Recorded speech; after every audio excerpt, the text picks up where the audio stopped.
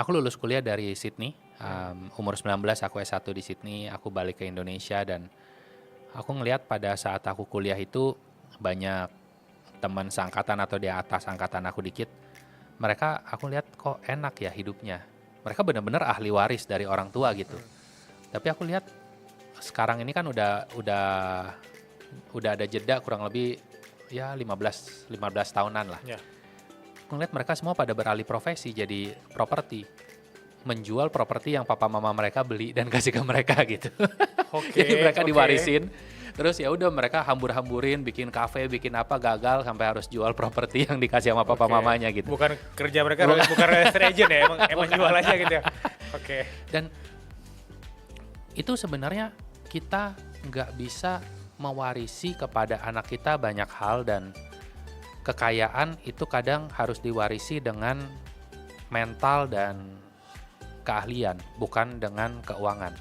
Kecuali uangnya udah banyak banget, Iya. kayak punya 1 triliun gitu, taruh di bank kan setahun udah cukup hidup kemana-mana gitu ya. Nah kalau uangnya belum sampai segitu, yang harus dikasih adalah keahlian dan mental. Bahkan kalau dikasih 1 triliun pun tapi orang ini mabok-mabokan, judol atau apa kan habis juga gitu. Iya. Jadi yang paling penting adalah mewarisi pola pikir, mewarisi keahlian. Nah, kita kepada diri kita sendiri, apakah sama hanya bisa mewarisi pola pikir dan keahlian? Tentunya enggak. Banyak hal yang kita bisa warisi ke diri kita sendiri. Salah satunya adalah kenyamanan. Kenyamanan ini kan aku kedua kali ya di podcast ini ya. Ya. Orang pertama yang kedua kali. Ini aku kedua kali di podcast ini. Aku ngelihat kenyamanan Bilal tuh sangat berbeda dibanding waktu aku pertama kali kesini. Dan itu yang kita warisi dari kita sendiri. Ketika kita konsisten menuju ke arah yang sama, kita akan melihat ke belakang, oh ternyata aku udah mendaki segini jauh. Ada keyakinan aku bisa mendaki ke depan lagi.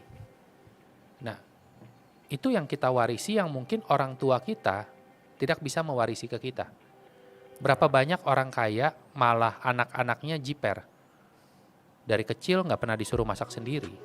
Masak aja nggak bisa. Disuruh nerusin restoran. Susah. Nyetir nggak bisa. Banyak hal yang mereka karena dimanjakan sehingga mereka tidak dapat lakukan.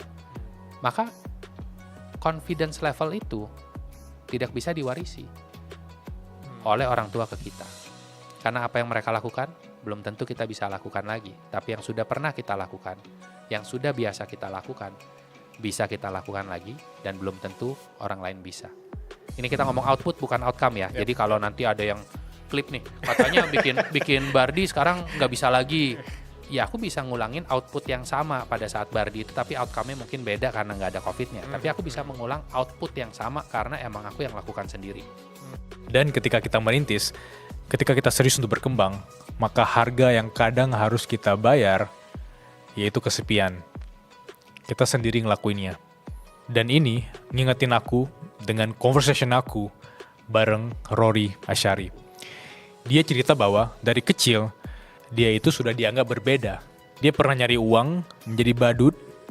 Dia pernah nyari uang, ngerjain A, B, C, D, E, F, G. Dan teman-temannya itu masih di tahap, masih nongkrong, masih sekolah, tapi di-provide oleh keluarganya. Dan Rory sendiri, karena dia di fase kepepet, karena dia di fase merintis, karena dia tidak punya pilihan lain, ya dia harus tetap bekerja. That's why orang-orang yang dari kecilnya, yang dalam konteks perintis ya emang merasakan fase kepepet, yang mau nggak mau mereka harus bekerja sendiri. Ketika mereka jadi orang, ketika mereka jadi individu yang berkelas, mereka itu nggak kaget lagi dengan namanya siap untuk berbeda.